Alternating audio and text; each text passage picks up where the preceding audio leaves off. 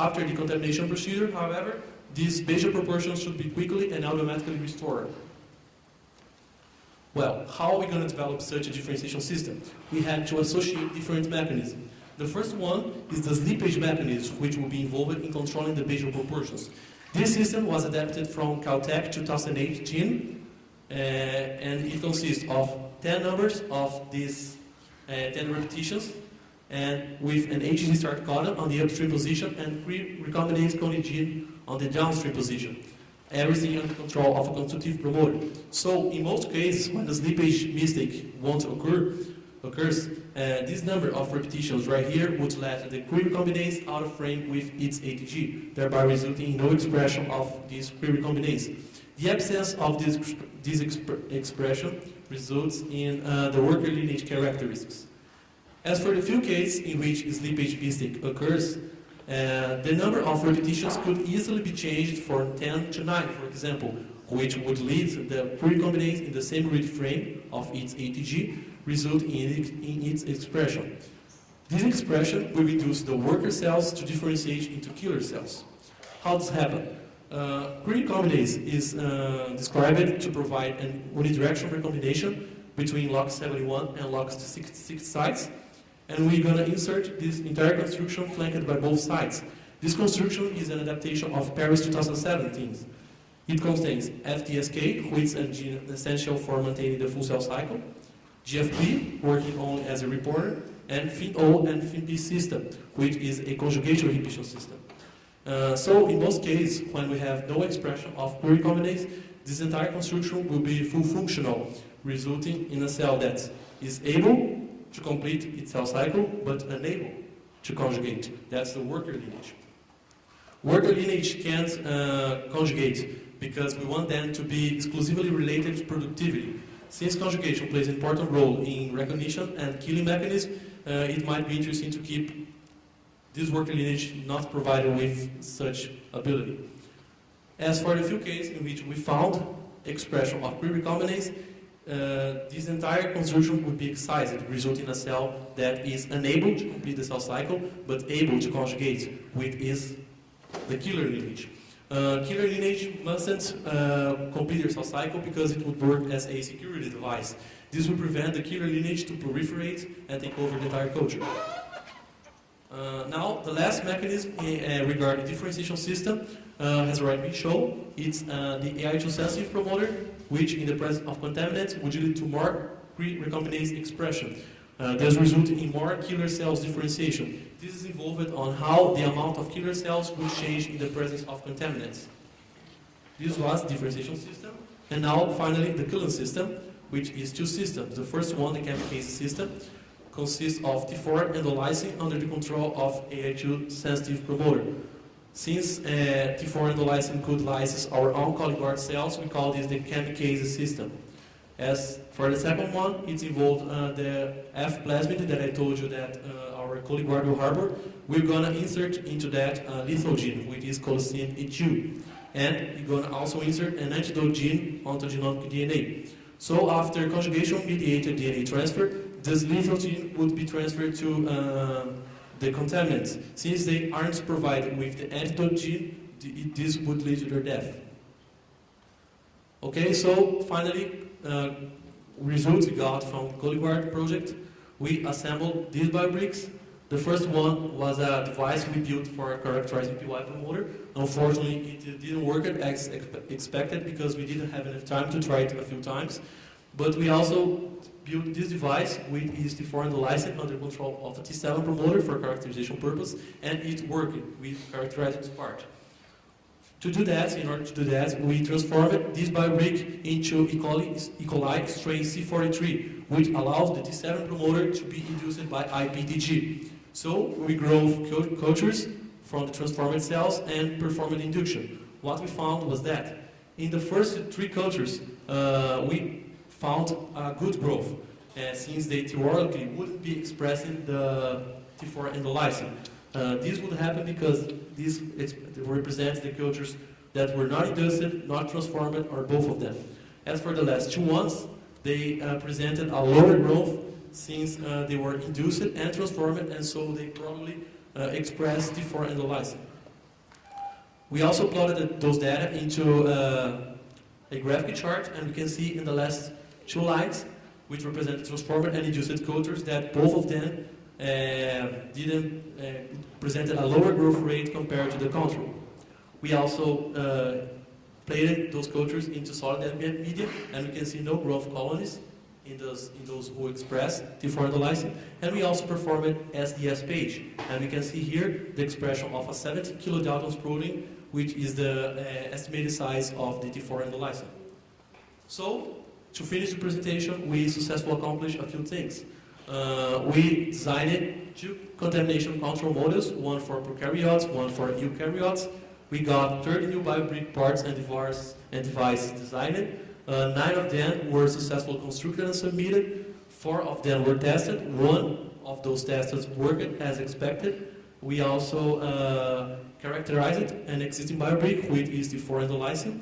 And we got a new approach to initial of human practice in synthetic biology, and which relates to our project was outlined and detailed. This work could not be done without our sponsors. We also would like to thank a few people and our supporters, and especially you. Thanks a lot for listening for the first Brazilian team.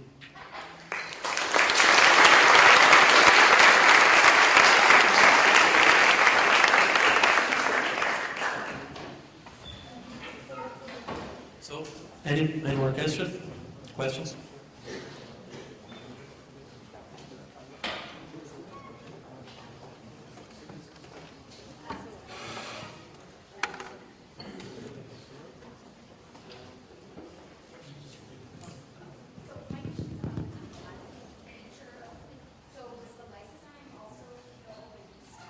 Yes, indeed they do.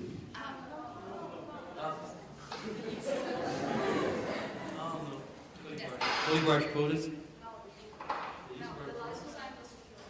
Okay. This is not the chemicase system. The chemicase is involved on Polyguard, but... So, okay, now my second question is, if the kamikaze system, is there a way to take the lactic acid out of the culture? Because otherwise, once the lactic acid has gotten into the culture, would they continue to kill themselves? Or would you be able, does that make sense? Can you turn off the kamikaze-ness of it eventually, and once the contamination has been cleared and start growing again, or would you always be sort of losing cell density?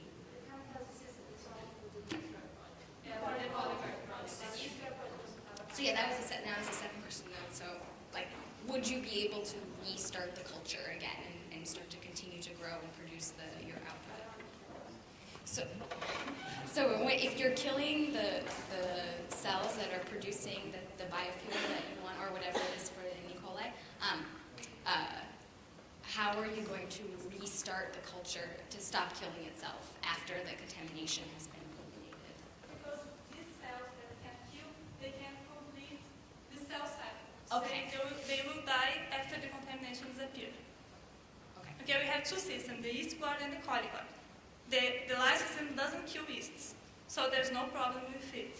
And the coli guard, after the contamination there's no contamination, the killer cells will die because they can't complete the cell cycle. Is there a way to get rid of the lactic acid that's turning on the system? No, the lactic acid just turn on the yeast guard, because that's what the contamination produces. There's a promoter. Yeah, they're different things. Yes. Yeah, the gram-positive are the most common contamination in ethanol fermentation. Yes. Questions?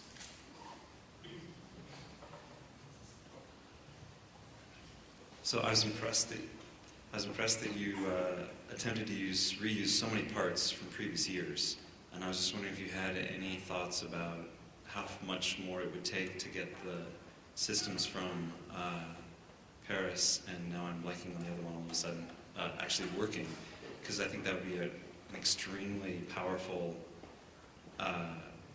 demonstration of building up parts out of the registry into more complex systems. So what do you think might be necessary to make those work at this point?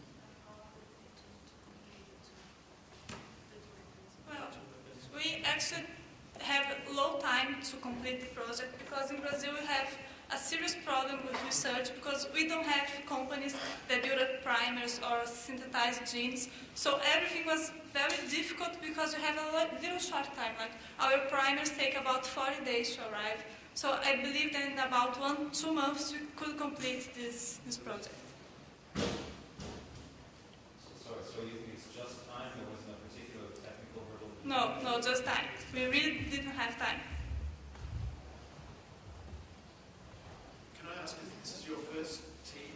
And so, how did you manage to deal with engaging in this new project and manage all the folk at the same time? It must have been a challenge. How did you?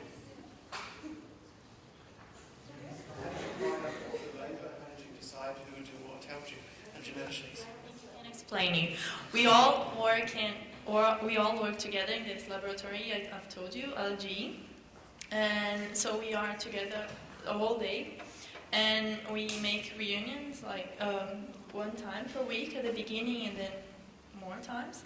And we decided to divide the group in 2: one to work with one sub-project, and the other to work with the other. And I don't know if I answered the question. The answer is Brazilians excel at teamwork. 2 more questions here, Chris. So, on a per cell basis, to what extent do you think driving some of those central metabolites away from ethanol and towards production of guarding from the contaminants, how would that decrease your ethanol yield just on a per cell basis without taking those contaminants into account? Does that make sense? Could you repeat this, please? Sure. So on a per cell basis, how would you expect driving some of those central metabolites that might be used to produce ethanol away from producing ethanol, producing these things to kill the contaminants? Without taking the contaminants into account, how would that decrease your ethanol yield? Decrease your ethanol after. No. Means.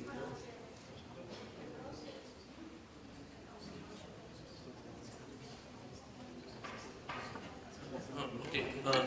We used to produce lysozyme a promoter that is sensitive to contaminants presence, which will be the lactate. So we've got no lactate in the system, we got no lysozyme.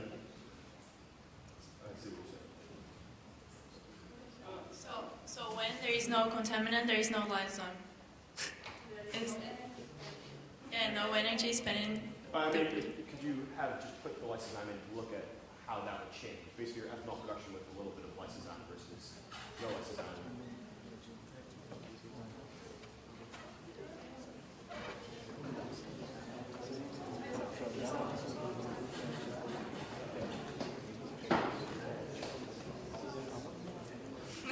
Okay, if the lysozyme would be produced constitutively, you're wondering about that? How would that? Oh. One last question.